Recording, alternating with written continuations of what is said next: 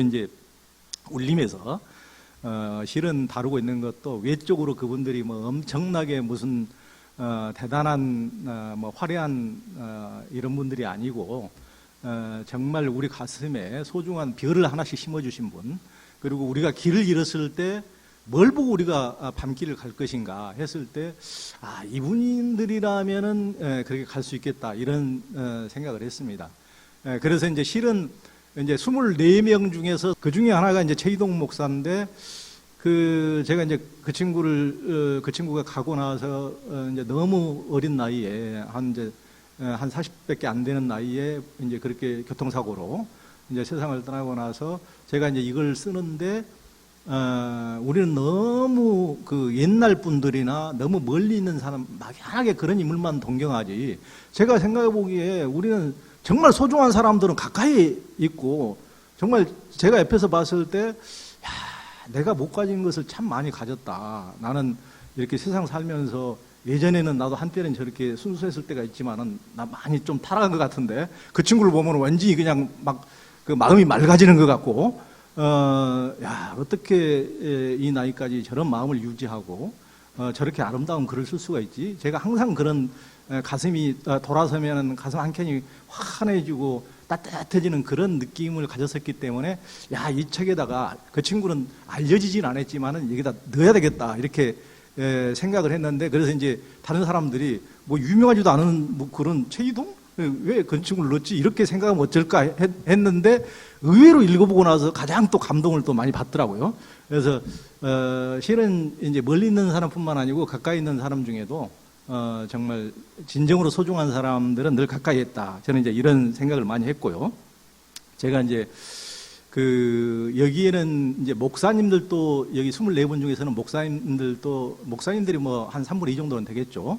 그러지만 이제 목사님들이 아닌 분도 있습니다. 예를 들면 이제 장기려 박사님 같은 경우, 뭐 목사님보다 더 목사님이죠. 실은 평생 이제 크리스찬으로서 실은 그 부산의 뭐 복음교회 그분이 만드신 교회만 해도 뭐 평양 산정인 교회 같은 건 이렇게 그 회복된 교회만 해도 이제 여러 개고, 그러니까 목사님보다 더 목사님 같으신 분인데, 이제 그런 분 같은 경우도 한국에 어떻게 보면은 의사들이, 아마 제 생각에는 의사들의 종교를 이렇게 따져보면은 제 생각에는 종교 중에서 크리스찬이 압도적으로 많을 것 같아요.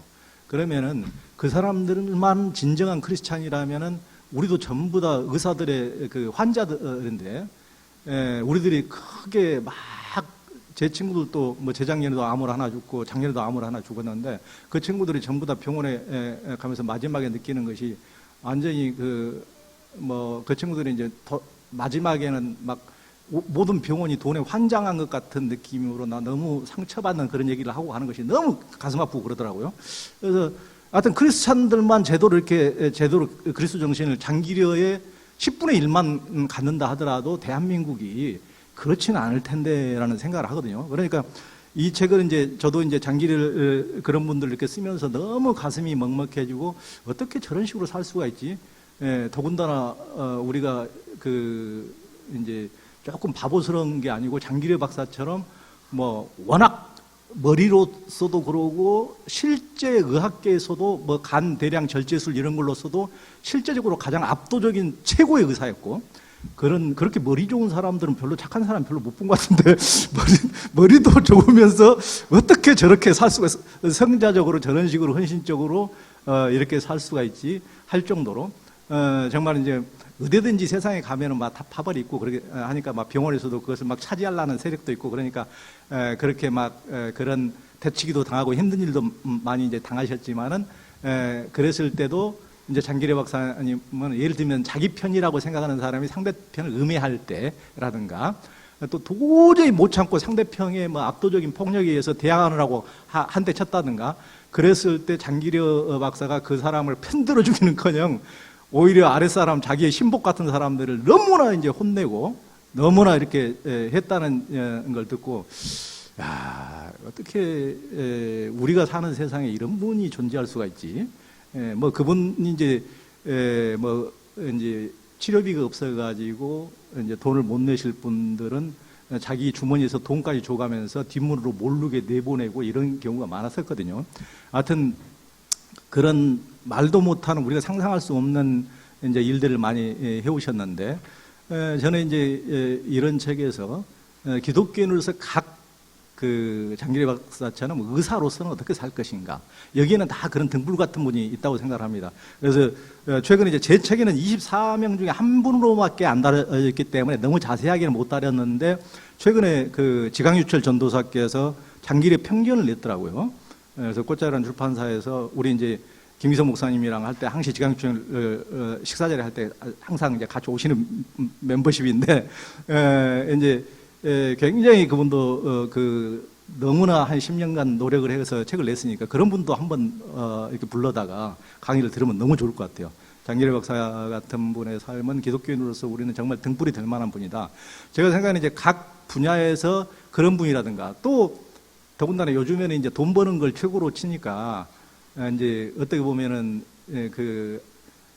뭐 일반인들은 세상에 뭐가 제일 중요해요 그러면은 하나님보다 돈이라고 얘기할 이제 그렇게 겉으로는 얘기를 못 하겠지만은 은근히 밑에서는 이제 그런 분이 시는 이미 이제 돈의 권세가 세상을 지배하고 있다.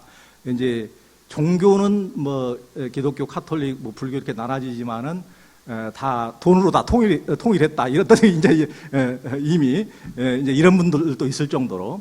그런데 우리가 이제 대부분 그 자본주의에서는 재벌이 최고라 그러는데, 우리 원조 재벌 그 유한양의 유일한 같은 분은, 그런 분 같은 경우는 이제 그 선교사에 의해서 이제 미국으로 보내졌는데 10살 때 미국으로 갔어요. 10살 때 미국으로 가는데 이제 배 안에서 다 뭐 자기 집도 워낙 가난했는데 이제 돈 몇 푼 가져간 것도 배에서 다 도둑 맞아 버리고, 거기 샌프란시스코에 이제 도착해서 무일푼으로 아무 아는 사람 하나도 없이 10살짜리가 그 머나먼 이국의 그 1910년도에 그 떨어져 가지고 그곳에서 이제 어떻게 살면서 신문 배달하고 우유 배달하면서 살아가면서, 이제 엄마가 보고 싶어 가지고 밤에는 골목길을 몽유병 환자처럼 엄마 부르면서 이렇게 돌아다니고, 얼마나 어린 나이에 이제 엄마가 보고 싶었겠어요. 그런데도 이제 아버지가 이제 그 보내면서 잃어버린 나라를 되찾을 미국에서 너는 반드시 그걸 한순간도 잊어버리지 마라. 그리고 이제 그래서 그분은 이제 그래도 운 좋게 독실한, 그분도 거의 뭐 성자 같은 그 크리스찬 자매를 만나가지고 잘 돌봄을 받고 이제 학교를 다니면서, 그렇게 중고등학교를 혼자 이제 고아처럼 미국에서 이렇게 다니면서도 또 그 여름에는 이렇게 독립운동을 하기 위해서 여름방마다 한인 청년들이 모여가지고 훈련하는 헤이팅스 소년학교라고, 그걸 여름마다 가서 이제 훈련을 하고, 그런 정도로 굉장히 그 10살 때 간 애가 뭘 알겠다고 조국도 있지 않고 또 하나님도 있지 않고 계속 그렇게 이제 하면서 그런 식으로 어렸을 때 자기 아버지, 어머니가 보내면서 당부했던 말을 잊지 않고 그렇게 이제 살아가면서 이제 30살이 넘어가 21년 만에 한국에 21년 만에 미국에서 이제 굉장히 이제 성공을 해가지고 거기에 뭐 쑥주나물 통조림 이렇게 캔을 개발해가지고 엄청나게 이제 미국의 거물이 돼가지고 미국의 대부호가 돼가지고 이제 한국에 이제 다른 사람들이 네 나라는 나라도 없어, 나라도 없는 나라에 가서 뭘 하려고 그래, 거기 가면은 뭐 사람 대접도 못 받아, 여기서 이제 성공했는데 왜 그 나라를 가려고 그래. 그런데도 불구하고 나라를 살리겠다고 다시 와가지고 그때 이제 30살이 넘어서 왔는데 자기 어머니 아버지하고 이제 말이 잘 안 통하니까 떠듬떠듬 이제 너무 20몇 년 동안 한국인들도 만난 적이 없고 말이 잘 안 통하니까 떠듬떠듬 말을 하면서 숙주나물 장사를 한다니까 자기 아버지가 엄청나게 분노를 했다는 거예요. 아니 좌판 깔고 시장에서 숙주나물 콩나물 장사가 이렇게 많은데 네가 미국 가서 20년이나 고생했다는 놈이 지금 숙주나물 장사를 해야, 그러면서 이제 아버지가 혼을 냈다니까, 아니 그 숙주나물 장사가 아니고 이렇게 이제 숙주나물 캔을 만들어서 공장에서 찍어내면서 그걸 널리 이렇게 사람들에게 먹이는 그 대량 이런 이제 일을 한다고 그러니까 이제 아버지의 이제 분노가 풀리셨다고 그러는데, 그러면서 이제 한국에 와가지고 그분이 이제 기업을 만들어서 이렇게 하면서도 이제 1930년대 기업을 운영하면서도 지금 그 예를 들면은 한국의 크리스찬들이 만약에 기업을 운영하면서 유일한에 지금 뭐 10분의 1만큼이라도 한다면은 정말 그분이 얼마나 존경을 받을까 생각해 봤는데, 제가 아까 이제 오면서 제가 한번 이제 이걸 보다가 이제 1930년대 이분이 이제 유한양이 1928년에 이분이 이제 광고를 실었는데, 영문으로 광고를 실었는데, 자기 회사 광고를 실었는데, 야, 지금으로부터 이제 거의 100년 전인데 어떻게 이런 생각으로 그때 당시에 사업을 할 수가 있지? 그러면서 제가 이 대목을 이제 보고 깜짝 놀랐습니다. 다시 봐도. 이분이 이제 광고를 실었어요. 자기가 어떻게 기업을 운영하는 사업을 하는지. 사업의 즐거움은 인간관계에 있습니다. 성공의 척도는 서비스에 달려 있습니다. 저희의 가장 큰 소원은 여러분에게 친절한 서비스를 제공함으로써 여러분이 우리에게 친밀감을 느끼도록 하는 것입니다. 우리는 우리가 취급하지 않는 물품의 구입이나 각종 심부름도 기꺼이 여러분을 기쁘게 해드리기 위해 서비스하고자 합니다. 이것이 솔직한 말입니다. 그러니까 이게 한 100년 전에 사업을 하는 사람으로서 이런 마인드로 했단 말이에요. 그러니까 참 놀랍지 않습니까? 그래서 이분이 이제 자기는 평생 정말 하느님의 종으로서 기업도 운영하면서 어떤 자기가, 그러니까 우리는 욕심꾸러기처럼 자기의 어떤 소유욕을 채우기 위해서 이제 사업을 하고, 그러다 보니까 인간을 비인간적으로 대하고, 그러면서 이제 돈만 모으고 더 많은 이득을 낸다면은 나쁜 식품도 팔고 안 좋은 것도 거짓말도 해가면서, 거짓 광고도 해가면서 이런 식으로 자기 부를 쌓고, 이제 어떻게 보면은 재벌들이 이제 그렇게 해가면서 이제 부를 많이 축적하기도 하는데, 이분은 진짜 의약품이나 이제 고국의 동포들이 전혀 의학이나 혜택을 제대로 못 보니까 일제 식민지 하에서 무슨 이 나라를 돌보는 사람이 없으니까 그런 의약품을 만들어서, 유한양이 만들어서 그런 식으로 아무 치료도 못 받고 죽어가는 사람들을 위해서 좋은 의약품을 만들고, 그러면서 일제시대 때도 세금을 제일 많이 냈다고 그래요. 그 이후에도 우리나라 이제 이승만 정부 때도 세금을 제일 많이 냈고, 그러니까 이 사람이 자기 외아들하고 자기 조카하고를 마지막에, 제가 이제 그분 밑에 신복으로 있었던 연만희 고문이라고, 그분을 이제 제가 만나서 인터뷰를 해보니까 자기가 유일한 선생님이 외아들하고 자기 조카를 마지막에는 쫓아버렸어, 회사 밖으로. 그래서 너무 깜짝 놀랐어. 그 사람들이 아무 문제도 없고 잘못한 것도 없고 나름대로 잘하고 있는데 왜 쫓아버리지? 그러니까 그걸, 이 친구들이 이게 회사에 남아있으면 내가 죽고 나서 이게 또 그 친구들 중심으로 파벌이 생기고 이게 문제가 생긴다. 그러면서 그 친구들을 밖으로 내보냈단 말이에요. 그러니까 요즘에는 이제 교회조차도 세습이 이렇게 많은데, 유일한 선생님은 거의 그렇게 오래 전에 그런 정도의 생각을 했던 분이라면은, 야, 이런 분들이 어떻게 정말 이제 보통 우리의 상식으로서는 쉽게 이해하기 어려운데, 이분이 돌아가실 때 특히 이제 유언을 하면서 자기 손녀딸에게는 이제 니는 대학을 다녀야 되니까 1만 불을 줬어요. 1만 불이면 지금 돈으로 얼마예요? 1,000만 원. 에게 돈.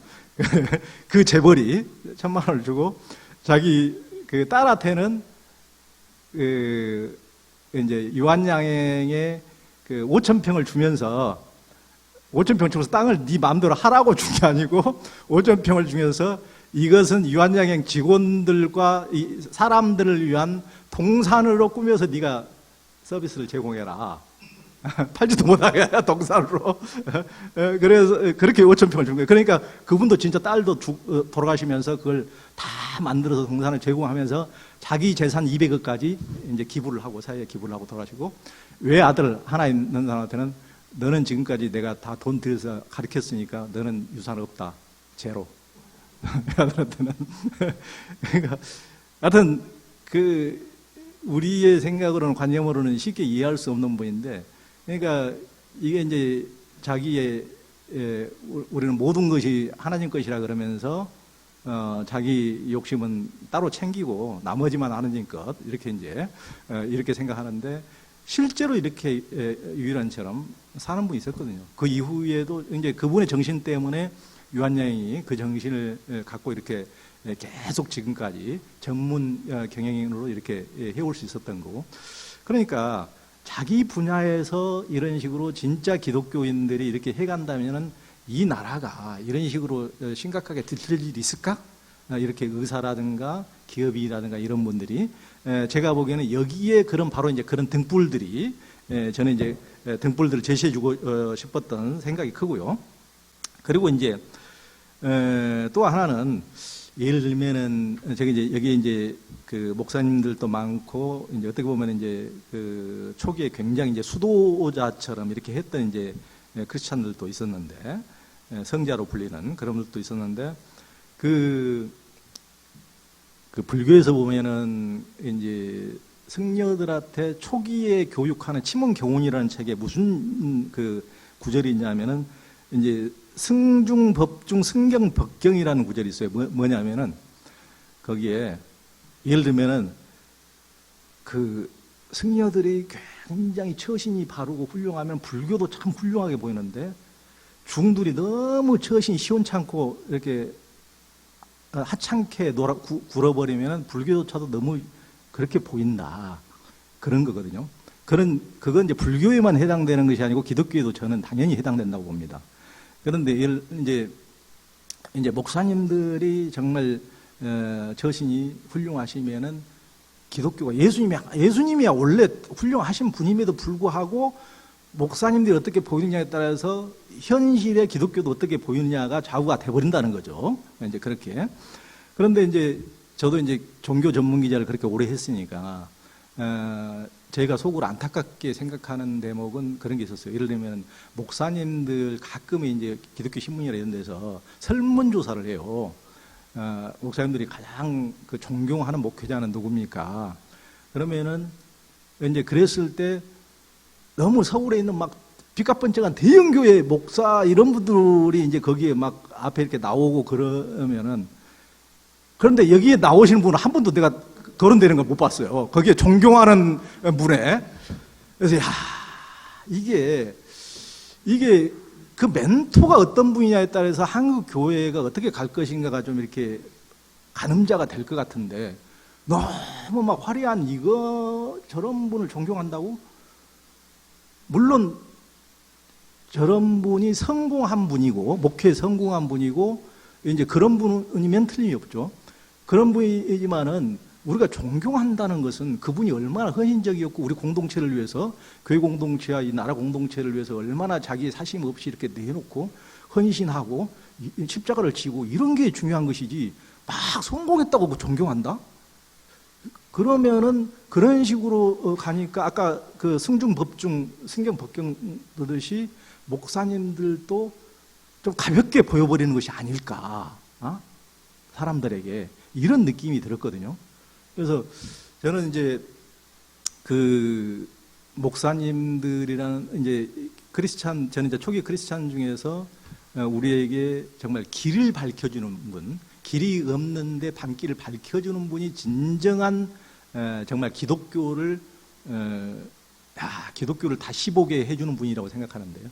초기에 그런 분들이 너무 많았어요. 제가 여기 이제 초기에 그런 기독교인들, 제가 이제 대표적으로 꼽는 분이 이제 그 용정의 감도의 김야견 목사님하고 이제 평양 정주 오산학교 설립자인 남강 이승훈 선생님하고 이제 두 분을 남강 이승훈은 기독교계 3.1운동 대표입니다. 기독교가 16분인데 그 중에서 16명 중에 대표가 이제 남강 이승훈인데 이제 기독교 민족사학인 이제 오산학교를 설립해서 두 분 다가 이제 1999년에 이상하게 제가 이제 공동체에 대한 책을 두 권을 펴낸 적이 있는데 그리고 이제 저도 이제 간디가 궁금해가지고 인도를 이제 돌아다니면서 간디는 평생 자기 개인적인 집에만 이제 그 머물러서 산 적이 없더라고요. 어렸을 때 빼놓고는 19살에 이제 런던에 유학가가지고 남아프리카에서 오랫동안 살다가 그분은 꽤 나이가 들어가지고 이제 장성해서 이제 인도로 귀국해가지고 그때부터 이제 독립운동을 했는데 인도로 귀국해가지고는 계속 공동체에서만 산 거예요. 평생 돌아가실 때까지. 자기 가족들끼리만 살아본 적이 없고. 그래서 그분이 다 간 공동체를 다 제가 조사를 해보니까 16군데가 돼요. 제가 그분이 살았던 공동체를 다 다녀봤어요. 인도를 다니면서. 다 인도 오지경이라는 책에 이제 제가 이제 그걸 이제 쭉 써놨는데 그 놀라운 것은 이제 그분도 톨스토이나 이런 분의 영향을 받아가지고 공동체 운동에 눈을 떠가지고 인도가 갈갈이 많이 찢기고 인도도 뭐 힌두교, 무슬림 이렇게 종교별로 또 갈갈이 찢기는 나라잖아요. 뭐 지금까지도 그래요. 인도는 그런 경향이 강한데 그러니까 이제 그런 공동체 운동의 필요성을 많이 느끼고 그래서 이제 그분은 공동체 운동을 했는데 그분보다 한 20년을 먼저 공동체 운동을 펼치는 게 김학연과 남강 이승훈이에요. 그러니까 그 간도가 인도에 귀국한 게 1915년이에요. 1915년. 근데 규암 김학연과 그 남강 이승훈이 그 공동체 마을을 만든 게 1899년이에요. 그러니까 규암 김학연은 이제 그분들이 그러니까 20세기에 접어들기 전에 그러니까 간디보다도 거의 한 16년 전에 이제 규암 김학연 같은 경우는 이제 함경도에서 살다가 142명을 데리고 이제 함경도 옛 고구려 발해 땅으로 가서 우리의 이제 공동체를 건설하자 해가지고 이제 명동촌 지금 이제 명동촌이 기반이 돼가지고 토지에 박경대 토지에 나오는 용정이 이제 그 다 그게 명동이 모처가 돼요. 이제 동양이 밝아오르는 명동 우리 명동도가 한자는 똑같은데 서울 명동도 그 이제 그 명동촌을 만들어서 거기에서 그분이 이제 처음에는 그분이 유학자였어요.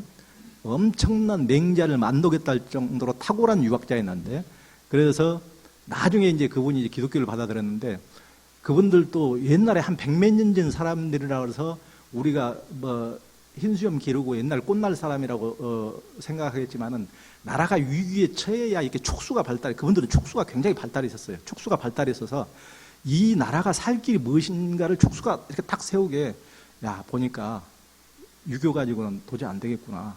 유교가지는 안 되겠고 이 나라에게 뭐가 민족 정신에 뭔가 대개조가 필요할 것 같은데 대개조를 하려면 이제 뭘 해야 될까?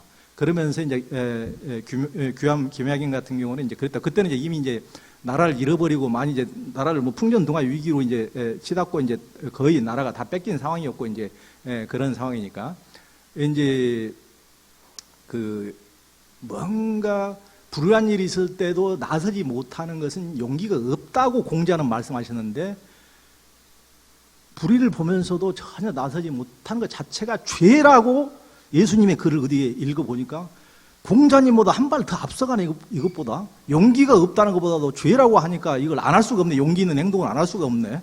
내가 일제는 그때 당시 일제가 불이었으니까 우리를 무조건 이제 식민지로 삼고 노예로 삼고 이랬으니까 그러니까 일제가 불이었으니까 불의에 저항하지 못하는 것은 용기가 없다는 게 공자님 말씀인데 이것은 저항하지 못하면 죄라고 이렇게 한 대목을 읽고 이게 한 발 더 앞서가 이게 훨씬 더 사람들을 강인하게 폭발력 있게 나서게 한 발 더 나서게 하는구나 이렇게 해가지고 그분이 이제 기독교를 받아들였단 말이에요. 그러면서 그분이 엄청난 한학자에다가 이미 이제 사서상경에 통달해 있는 사람이 기독교를 받으니까 초반에는 대부분 제가 보기에는 안창호라든가 이상재라든가 뭐 초기 서재필이라든가 다 또 이승만도 그랬지만은 한학의 조예가 엄청나게 깊었던 사람들이 기독교가 이렇게 딱 전맥이 되니까 그 나름대로 폭발력을 일으킨 것 같아요.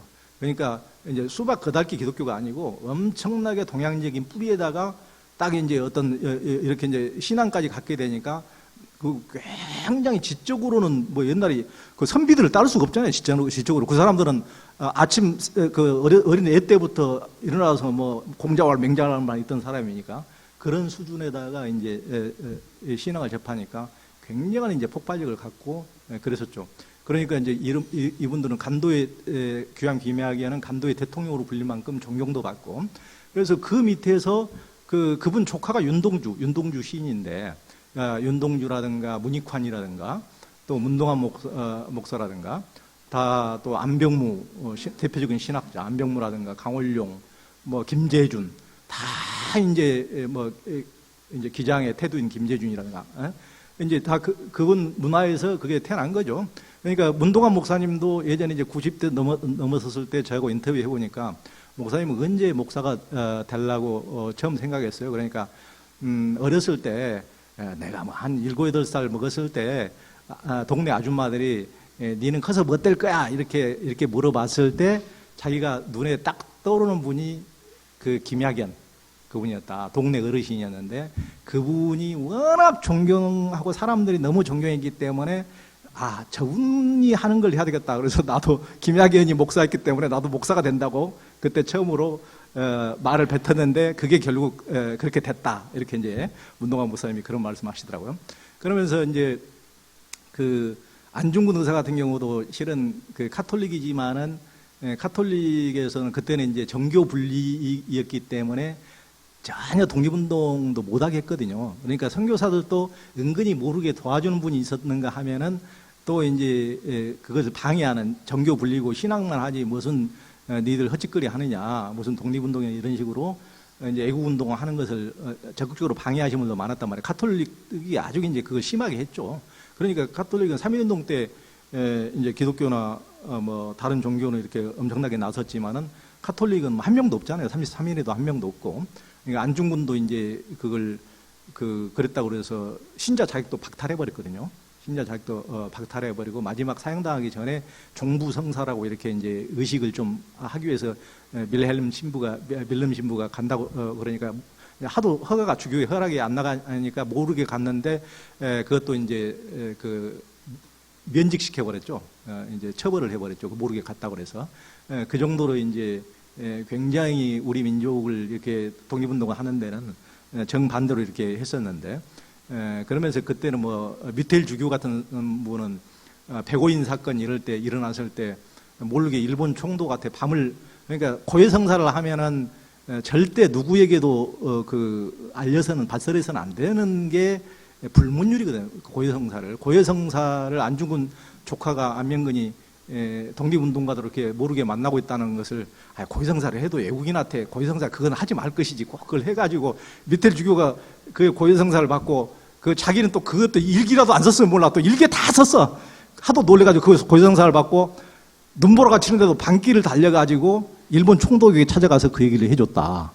그리고 백오인이 총 일망타진 되는 거예요. 일망타진.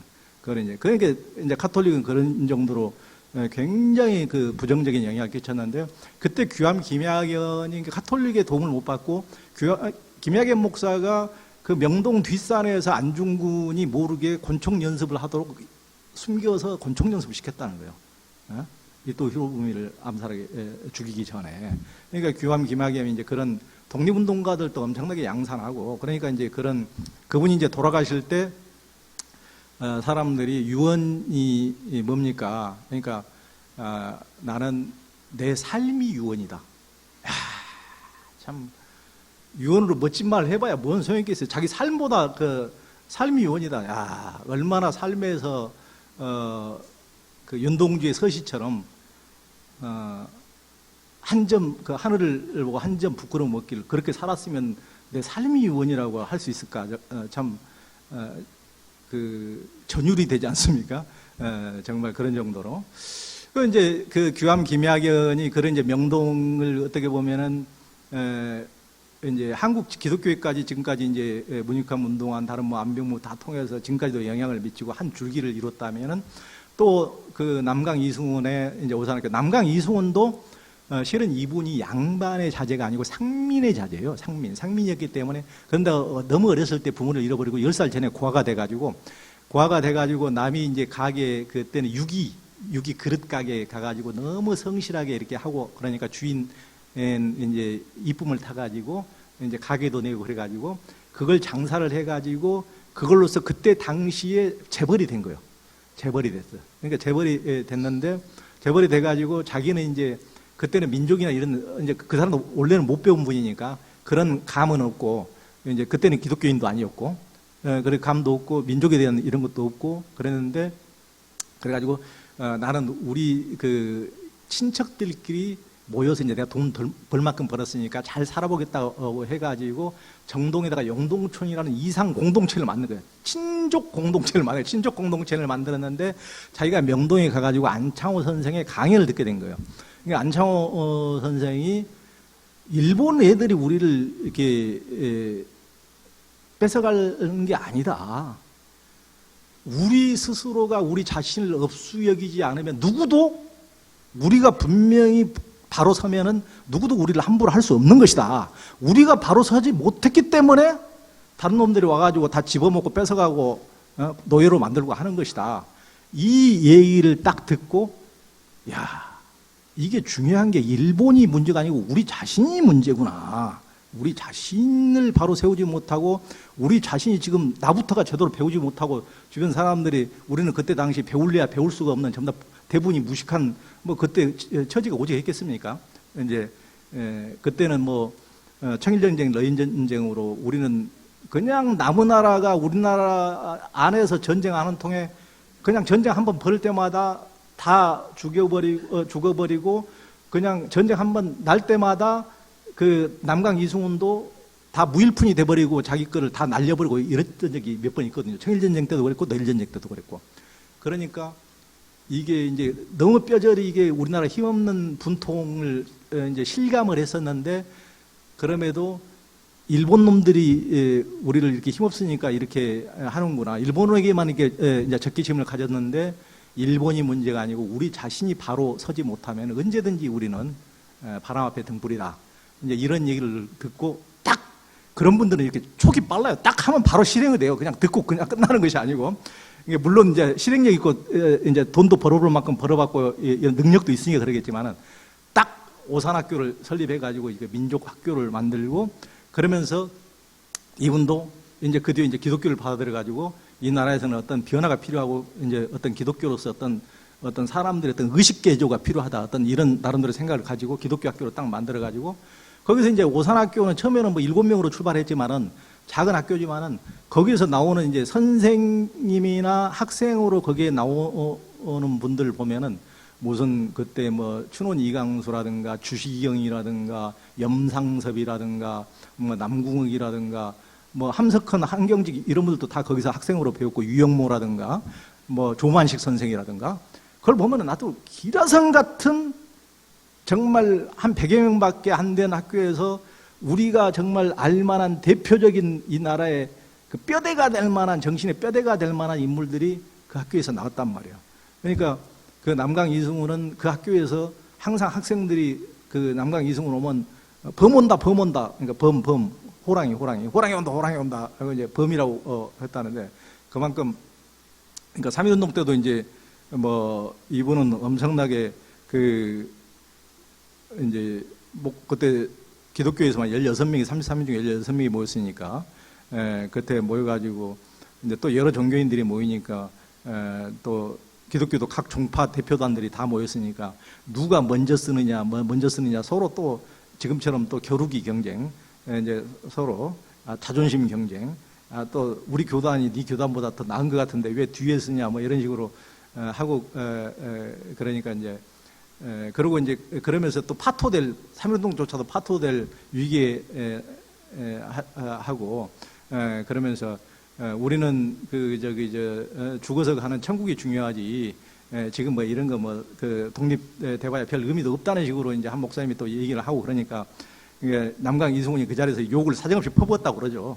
야 지금 여기에 그 동족들이 다 지금 지옥에 있는데 지금 사는 꼴을 봐라. 일제 노예로 지금 다 지옥에 있는데 니들만 천당에서 지금 내려다보면서 살겠다고 여기 지금 이 지옥 사람들을 안구하고 그러면서 이제 여기 쓰는 것은 다 먼저 죽을 놈이 먼저 쓰는 거야. 먼저 자존심 세는 잘난 놈이 먼저 쓰는 것이 아니고 먼저 죽기 경쟁이다. 그러면서 이제 선병이가 타 교단인 동학인 선병이가 먼저 써. 그러면서 이렇게 쭉 이렇게 남강 이승훈이 옆에서 교통정리를 하셨다고 그러죠.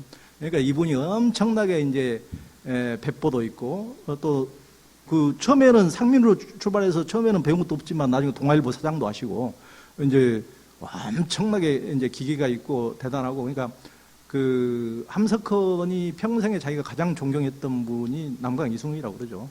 그러니까 그 오산학교를 이제 민족의 인재로 그런 식으로 만들어서 지금까지도 그 뼈대를 이루고 지금 그 이제 그런 남강 이승훈의 그 뭐 이제 친척의 이제 손주뻘이 이제 그 이창갑 선생님 이 24인 중에 한 명 여기도 있는데 그분이 이제 내려와 가지고 홍성에 만든 게 이제 풀무학교, 풀무농업학교를 만들기도 했죠. 하여튼 한국 풀무 홍성도 제가 보기에는 원주에 한 살림이 있다면 그 홍성도 풀무학교를 중심으로 얼마나 기독교권을 중심으로 거기도 우리나라 환경 생태의 메카 아닙니까? 굉장히 거기도 이제 소중한 메카인데 그런 데서 무슨 빛깔 반짝한 서울보다는 저는 이제 그런 데서 그렇게 뿌리를 내리고 이런 분들의 정신을 이어서 가는 사람들이 정말 소중한 사람들이다. 저는 이제 이런 생각이 듭니다. 그래서 제가 이제 그런 그 간디보다도 오히려 거의 20년이나 먼저 공동체 운동을 해가지고 이게 뿌리를 내린 이제 그 감도의 명동총과 이제 정주의 오산학교 또 용동촌 그 공동체를 중심으로 민족 인재들을 만들고 그 뿌리를 내렸던 이제 그것이 우리 민족의 길을 밝혀준 이제 두 분을 좀 소개를 했고요. 제가 이제 또 한 번 이 책에서 굉장히 이제 중점을 둔 것은 제가 이제 광주 그 동광원 그 이제 이세종, 이연필, 최웅종 이런 분들인데 저도 이런 분들을 예전에는 그렇게 잘 몰랐다가 예전에 제가 처음 20몇 년 전에 종교 기자가 됐는데 이제 기자가 됐을 때 그때 보건복지부에서 선정한 이제 사회복지 단체 중에서 이제 뭐 지체장애를 돌본 이런 단체들 중에서 전국에서 최고로 잘한 곳이 광주 기론이라는 곳이 선정됐더라고요. 그래서 광주 기론이 이제 기독교에서 그런 사람들이 설립을 했다는 했다는데 그래서 얼마나 잘하길래 그래서 이제 어버이날 스승의 날 앞두고 제가 이제 그곳을 취재를 가봤어요. 취재를 갔더니 거기서 그분들의 뿌리가 이제 그분들의 스승이 이연필이라는 분인데 이연필이라는 듣도 보도 못한 그런 분이 있었어. 그런데 그분들 제자들이 이제 수녀님 같은 분들인데 이제 그분들이 개신교이니까 수녀님은 안 부르고 언니의 높임말을 언님이라고 부르더라고. 언님이라고 부르는데 언님들이 그렇게 헌신적으로 그 중증 지체 장애자를 돌보는데 완전히 너무나 헌신적으로 돌봐가지고 한눈에 보게도 중증 장애인 애들이 그냥 막 얼굴이 환해. 그냥 얼마나 애들이 사랑을 받는지. 근데 그분들도 이제 그 사회복지 기관은 정부에서 어느 정도 지원이 나오잖아요. 근데 개인 거를 개인 월급으로 넣지 않고 그분들은 완전히 아예 동광원에 헌신해버린 분들이기 때문에 개인으로 받는 것까지 다 거기에 내놓으니까 얼마나 거기에 얘들이 풍족하게 생활하고 얼마나 멋있어지는지 이제 그런 거죠. 그런데 거기에 이제 제가 취재를 간 날 누가 있냐면은 초대 우리나라 새마을 연수원장 김준 새마을 연수원장이 와 계시더라고. 그래서 우리나라 새마을 운동을 설명을 해주는데 실은 우리나라 새마을운동에 근면자조 협동 그때 이제 새마을운동에 하면서 좀들이 그때는 우리나라가 뭐 하나 부족하니까 이제 쌀 한 줌씩 이제 다 먹지 말고 쌀 한 줌씩 모아가지고 또 마을 공동 좋은 일에 쓰이고 남 도와주는 데서 쓰이고 좀들이 운동도 하고 담장 쌓기도 하고 그리고 또 의식계획 운동을 많이 했는데 그때는 막 노름도 많이 하고 술도 많이 먹고 엄청나게 좀 풍기문란이 많고 초기에 우리나라가 기독교가 처음에 들어왔을 때도 사람들이 노름하는 사람도 많고 그러니까 이제 기독교가 굉장히 그런 정신을 그런 구태를 혁파하는데 혁혁한 노력을 했지만은 또 일제시대 겹치고 또 전쟁 거치고 그러면서 사람들 많이 해이해지고 그러니까 새마을운동 때 또 그것을 다잡는 그런 의식계 운동을 많이 했잖아요. 그것을 동광원이 뿌리다는 거예요. 그래서 이제 김준이 이연필 선생의 제자라는 거예요. 그래서 그분이 이제 새마을운동 연수원장, 새마을 지도자들을 전부 다 훈련시키는 초대 연수원장이 돼가지고 그것을 이연필이 어떤 식으로 사람들을 훈련시켰는지를 그걸 가지고 이제 새마을운동을 펼쳤다는 거예요. 그래서 이제 저도 이제 그때 김준 원장님이 그분은 나는 이제 새마을운동하고 그랬길래 이제 공무원 같은 이런 필이 날 줄 알았는데 굉장히 수도자의 필로 호리호리 해가지고 그냥 거의 영성가의 필이더라도 참 그렇게 정말 그러신 분들이더라고요. 그런데 이연필에 대해서 듣고 나서 정말 듣고 나서 너무 깜짝 놀랐어요. 그러니까 이연필 선생은 이제 그분의 스승인 이세종 선생의 제자인데 이세종 선생은 이제 전남 화순에서 이제 시골에서 농사짓고 불황무식 아무것도 이제 글자 한자도 모르고 남이 머슴을 살다가 그 사람이 이제 나이 40까지 자식을 못 얻으니까 산에다가 그때는 산당을 지어가지고 무당을 불러서 이제 뭐 이런 식으로 기도를 해가지고 자식을 낳으려고 그런 식으로 이렇게 했는데 그때 그 산당을 지으러 온 목수가 이제 그 기독교인이 크리스찬이었던 거예요. 그러면서 이제 계속 그 저기 집 지으면서도 찬송가를 부르면서 아니 이렇게 좋은 집을 지으려면은 이제 예배당이나 지을 것이 이걸 이제 산당 지으니까 하여튼 이제 그 사람은 이제 약간 이제 불만스럽게 하면서 그래도 상당히 이제 성실하고 그러신 분이었는 거예요. 그렇게 하니까 이제 그분을 통해서 그분이 보는 이제 성경을 보고 이제 이게 뭔데 그래요? 감화를 받아가지고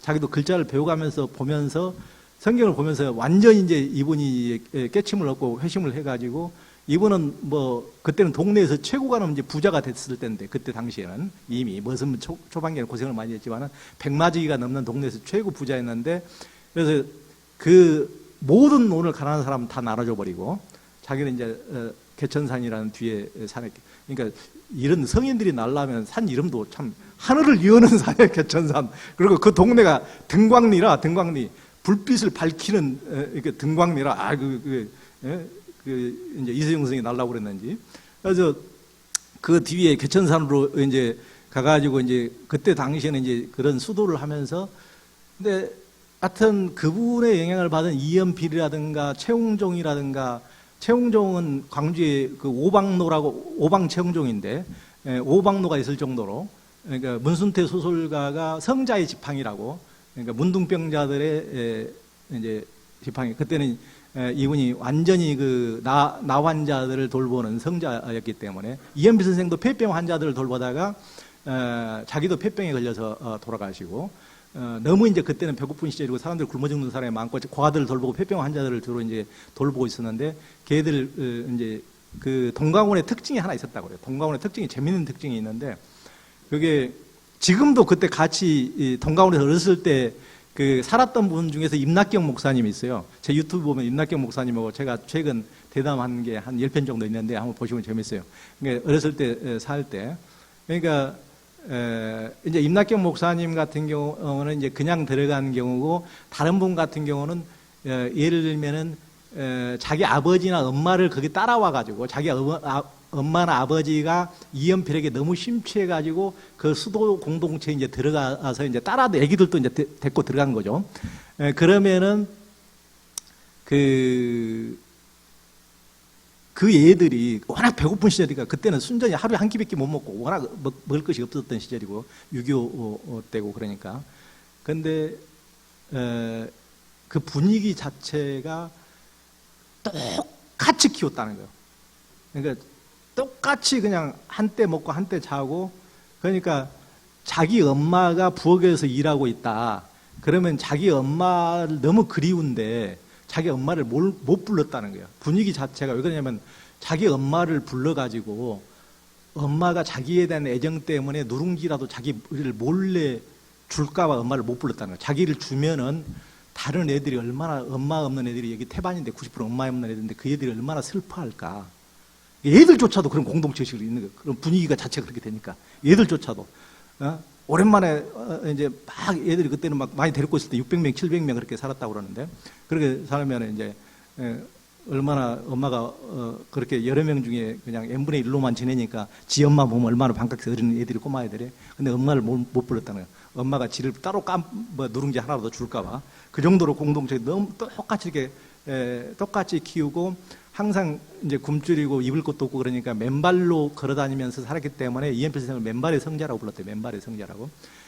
그분이 이제 그 이세종 선생도 돌아가시는 장면이 정말 기가 막힌데 아까 우리 이민호 목사님이 그 박사학위 복학 박사를 웰다잉으로 했다는데 웰다잉에서 저도 최근 웰다잉 연구소에서 초청 강연을 이제 집에서 줌으로 강연을 한번 한 적이 있는데 그때도 제가 웰다잉은 이제 종교가 없이 일반인들 대상으로 웰다잉 연구소인데 강연 초청을 하면서도 이세종 선생과 이연필 선생을 제가 언급을 했는데 그분들이 이세종 선생도 돌아가시면서 정말 대꼬챙이처럼 이렇게 이제 빼빼 와가지고 돌아가시면서 너무나 막 기쁨에 들떠가지고 마지막을 이렇게 돌아가셨다고 그래요. 그러니까 그분은 이제 들것에 이렇게 그 산중에서 살았으니까 뭐 옷도 아무것도 다 떨어진 거지같이 그런 하나만 옷 입고 제자들 오면 이제 가르치는데 이제 설교를 하는데 굉장히 가마가 깊어가지고 그분의 이렇게 가마를 받으면은 그냥 평상시대로 살 수가 없다는 거. 그냥 자기를 다 버려버리고 이제 이엠필이나 최영종처럼 살아갈 수밖에 없다는 거예요. 최영종도 원래 깡패였어, 깡패. 원래 깡패 두목이었는데 이세종 선생에게 가마를 받고 또 포사이드 선교사에게 엄청나게 또 가마를 받고 그러면서 완전히 나환자들의 아버지가 돼가지고 그렇게 성자처럼 살고 이분도 이제 돌아가시면 그분이 이제 오방이 뭐냐면 최영종 선생은 나는 5가지로부터 해방이 됐다. 5가지가 뭐냐면은 하나는 이제 물질로부터 나는 완전히 해방이 됐다. 이제 이세종을 만나고 나서 그리고 명예욕으로부터 해방이 됐다. 그 다음에 성적으로 해방이 됐다. 성욕에서 해방이 됐다. 그 다음에 식욕에서 해방이 됐다. 또 어떤 도구마에서도 해방이 됐다. 종교적 도구마도 이렇게로부터 해방이 됐다. 이 5가지로부터 해방이 됐다. 오방이에요. 5가지 해방. 그래서 자기는 오방, 그래서 광주에 지금 오방로가 있거든요. 그 최영종 기념관도 엄청나게 이제 광주 사직공원 바로 밑에 있고 그런 정도로 그분이 이제 돌아가실 때 수십만 명이 이제 뒤따를 정도로. 근데 이제 지금 이제 웰다잉 얘기를 했는데 이분도 뭐 최영종 목사도 자기 스승을 따라서 80몇 일 동안 단식을 하고 단식을 하면서 이제 돌아가시고 이세종 선생도 그런 식으로 이제 대꼬챙이처럼 이렇게 돌아가시면서 이제 제자들이 나는 하늘로 올라간다 그러니까 그때 노래 부르면서 가셨다고 올라간다 노래를 부르면서 이제 돌아가셨다고 그러는데 그러면서 이제 이엠필 선생 같은 것은 벽제 동강원에서 그분 이세종 선생의 제자가 벽제 동강원에서 돌아가셨는데 이분은 이제 폐병 환자를 돌보다 자기도 폐병에 걸려가지고 그러면서 이제 돌아가시면서 그때 이제 얼마 전에 몇 년 전에 돌아가신 그분 제자가 거기 이제 벽제 동강원의 박공순 원장님이라고 제가 그분이 돌아가실 때 제가 페이스북에다가 그분 어떻게 돌아가셨는지를 그분이 이제 제가 그분 인터뷰를 이제 오래전에 한번 한 것을 보고 어떤 사진 작가가 김한이라는 사진 작가가 거기를 벽제 동강원을 찾아가 가지고 거기 이제 그분하고 친해졌는 모양이에요. 이엠필 선생 제자 초기에 모시고 살았던 그리고 돌아가실 때 지켜봤던 그래가지고 이제 가끔씩 한 번씩 가가지고 그분들이 사는 모습이 워낙 소박하고 뭐 그분들은 뭐 욕심 자체라는 게 없는 것이고 하여튼 자본주의가 전혀 침탈하지 않는 하여튼 희한한 세상에서 살고 제가 뭐 간지가 뭐 한 20년밖에 안 됐는데 그때도 뭐 자본주의가 어떻게 굴러가든 상관없이 홀태라고 알아요. 홀태 배를 홀태로 훑고 있더라고. 홀태로 훑으면서 홀태로 훑어가지고 이제 벼농사 재가지고 홀태로 훑어가지고 그래가지고 이제 쌀을 쪄가지고 이렇게 먹고 다 갖고서 이제 모든 것을 먹고 뭐 아무런 무력도 없고 이렇게 돌아가실 때 그분이 이제 굶으면서 이제 돌아가시는데 김원 작가가 이제 일주일에 한 2번씩 이제 거기를 갔는데 사진을 찍는데 이제 마지막 모습을 나 이제 지금 굶은 지도 오래됐고 이제 죽을 때가 됐으니까 이제 안 와도 돼. 마지막에 이제 활짝 웃으면서 이제 침대에서 일어나지도 못하시고 이렇게 웃으면서 이렇게 이제 빠이빠이 이렇게 하는 사진이 있어요. 그 사진을 제가 페이스북에 올렸더니 제가 페이스북에 이제 팔로워들이 수천 명, 지금 한 6천 명도 넘는데 그 페이스북도 이제 많은데 지금까지 올린 글 중에서 올린 글이 뭐 수천 건 되겠지만 올린 글 중에서 가장 반응이 뜨거웠어요. 그러니까 그분이 박공수 원장이 그런 식으로 평화롭게 이제 자기가 이렇게 죽어가는 순간에도 그런 식으로 스승처럼 죽어가는 모습. 사람들이 그런 식으로 저렇게 죽어갈 때도 저런 식으로 기쁘게 저렇게 심플하게 저런 식으로 멋지게 이렇게 갈 수가 있겠구나, 갈 수가 있는구나 이런 것에 사람들이 굉장히 감명을 받은 모양이더라고요. 저도 그냥 페북에 이렇게 올렸는데 너무 깜짝 놀랐어요. 굉장히 그래서 이제 그 웰다잉 영소 강연에서도 자기 스승 이엠필도 그렇게 이제 그렇게 돌아가셨어요. 그분은 이제 폐병에 걸려서 거의 이제 숨을 쉬기 어른데도 불구하고 이제 돌아가시면서 굉장히 환희에 차서 너무 내가 지금 이렇게 기쁜 상태다. 니들이 이걸 어떻게 알겠냐. 그래서 나는 종로거리에 나가서 이 소식을 전하고 싶다. 너무 기쁘고 이제 찬송가를 이렇게 마지막에 이렇게 부르고 그러시면서 이렇게 이제 돌아가셨다고 그러는데 너무 기쁨이 이렇게 탁 차가지고 이제 폐병 때문에 이제 숨쉬기 어려운 상태임에도 불구하고 50대 그렇게 이제 돌아가시고 그러니까 그 제자들도 그런 식으로 그 제자도 박공순 원장님도 이제 그렇게 돌아가시고 이제 그러는 걸 보면서 여하튼 제가 이런 데를 이렇게 쭉 그 동강원의 이연필이나 이세종에게 감동을 받아가지고 그 현장을 이렇게 저도 딱 이렇게 살펴보면서 너무 환희에 젖어가지고 저도 이렇게 다니면서 취재를 하면서 제가 특이한 게 있었어요. 야, 그러면서 나중에 이제 그 우리 신학생들한테도 이제 제가 강의할 기회가 있을 때 내가 솔직히 정말 그 한국 신학생들이 이해가 안 가는 게 내가 이런 데 취재 가면서 이해가 안 가는 게 하나 있었다. 뭐냐. 미국의 신학교는 한국 신학생이 아니면 미국 신학교 운영이 안 된다는데 전부 다 한국 신학생이 쪽수를 다 채워주고 재정을 다 책임진다는데 왜 이 땅에서 이렇게 멋진 프란체스코 성인 못지않은 사람들이 태어나고 기독교적으로 제2의 예수라고 할 만한 분이 이렇게 헌신적으로 살고 자기 십자가를 지고 자기의 사심은 하나도 없이 이렇게 산 사람들이 있는데 이런 데를 이렇게 다녀봐도 한국 신학생들이 여기 와 있는 한 번도 본 적이 없다. 아니 어디로 외국에는 그렇게 순례를 그렇게 많이 다니고 외국 신학교는 그렇게 많이 가면서 왜 가까이 있는 이런 데는 이렇게 한 번도 안 찾아보냐. 우리 가까이 있는 것을. 이런 분들은 한국 이 땅에서 새로운 예수를 꽃피우신 분 아니냐. 이제 제가 이제 그런 얘기를 한 적이 있습니다.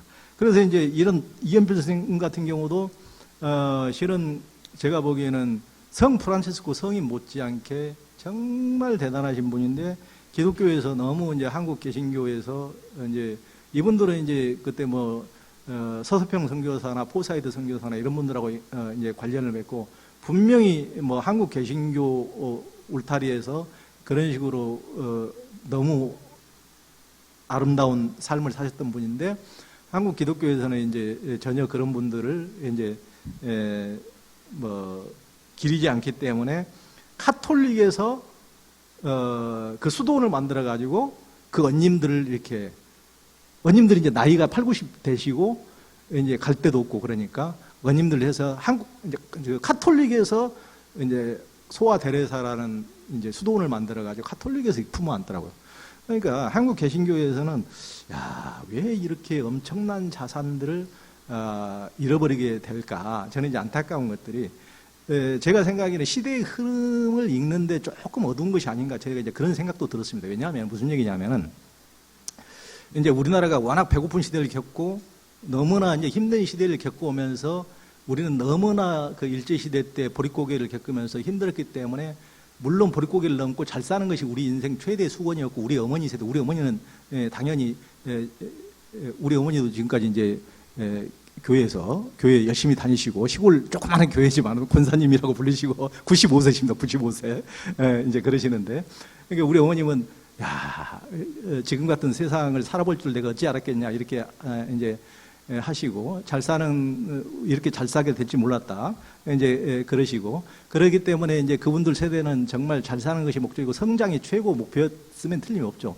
그러지만은 우리가 이제 지금은 굉장히 지금 이제 급작스럽게 이제 선진국의 반열에 들었고 그랬으면 이제 사람들이 많이 이제 번아웃되고 지치고 새로운 우리가 막 달리기만 지금도 막 저도 옛날 그 후진국 세대의 마지막 세대이기 때문에 제가 이제 60살이니까 우리도 해도 후진국 세대고 요즘 한 3, 40대 애들은 이제 애들이라고 해서 죄송합니다. 한 3, 40대는 중진국 사람들이고 그 밑에 애들은 선진국 분들이에요. 선진국 분들. 우리 자식 세대는. 그러니까 우리들하고 전혀 의식 구조가 달라요. 니는 뭘 믿고 그렇게 헝그리 정신이 없어. 그런데 걔들은 선진국에서 태어났는데 뭐 나는 후진국에서 태어났고 의식 구조 자체가 다른 거예요. 우리는 항상 옛날 시대로 다시 돌아갈까봐 무의식에서는 항상 두려움이 있는 거고 옛날 그 시절로 돌아올까봐. 그런데 그러니까 옛날 어려운 시대에 살았기 때문에 교회도 어떤 성장을 견인하고 사람들을 격발시키고 막 믿습니다 하고 힘을 주고 이런 것이 정말 필요하고 엄청난 역할을 했으면 틀림없지만 또 지금 이제 선진국에 들어왔기 때문에 사람들이 번아웃되고 이제 그래서 좀 휴식을 취하고 이런 식으로 약간 요즘에 뭐 불교도 보면 템플스테이 이런 데가 인기가 있지 않습니까? 그러니까 기독교 쪽으로도 너무 몰아치지만 하지 말고 이런 식으로 영적인 안식을 좀 갈 수 있도록 약간 이연필, 이세종 이런 분들이 얼마나 수도원이 편안히 거기서 영적 안식을 취하고 얼마나 좋아요. 그런 것을 무슨 그 사람들은 교회파가 아니고 산중파라서 내칠 것이 아니고 야 산중파도 깨알으면서 카톨릭은 얼마나 적절한 성당과 수도원이 이중으로 얼마나 적절한 조화를 시켜요. 그러면서 잘 보완을 해주면서 쌍끌이로 가는 거잖아요. 쌍끌이 전략으로. 그러니까 기독교에서도 하여튼 이런 식으로 그런 분들도 껴안고 그러면서 좀 사람들이 이제 번아웃 세대, 이제 힘든 세대, 시대의 흐름이 이제 우리가 다른 것을 원하는 세대에 왔기 때문에 벌써부터. 그래서 이런 그 영성적인 것을 좀 끌어안고 그러면서 기독교가 더 품이 넓어지고 더 깊어지고 이런 계기로 삼아야 되는데, 그러면서 그것은 다 내쳐버리고, 여기에 있는 분들이 다 그런 영성가들이 많은데 그런 것을 품에 알아야 한국 기독교가 훨씬 더 깊어지고 더 품이 넓어질 텐데도 그렇지 못하고 있는 것이 저는 굉장히 안타까웠거든요.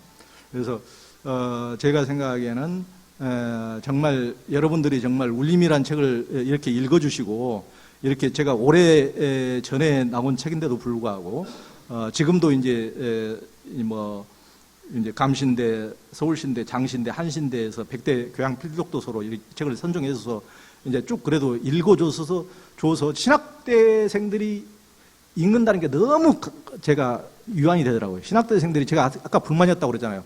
아, 니들은 왜 그렇게 미국만 가면서 왜 이렇게 이 땅에 이것을 돌아볼 줄 모르는가? 소중한 것은 우리 가까이에 있는 거야. 우리 주변에 소중한 것을 왜 이렇게 모르는가? 이렇게 했는데, 이것을 읽어주는 게 너무 제가 이제 제 책이 뭐 팔려서가 아니고, 제가 이게 뭐 인쇄가 들어온들 뭐 몇 푼이 들어오겠습니까? 그런데 제가 그런 이제 감동을 느꼈기 때문에 그렇게 그 한국 신학생들이 조금 더 이런 데 좀 눈을 뜬다면은 한국 기독교가 어디로 가야 될 것인가, 이제 길도 이제 분명히 이제 또 아까 말씀드렸듯이 장기례 같은 의사, 또 유일한 같은 사업가, 각 분야에서 기독교인으로서 제대로 이제 갈 수 있겠구나. 또 목사로서는 당연히 말할 것도 없죠. 그러면서 좀 더 또 지평도 넓어지고 이렇게 갈 수 있으면 좋겠다, 이런 생각을 했습니다.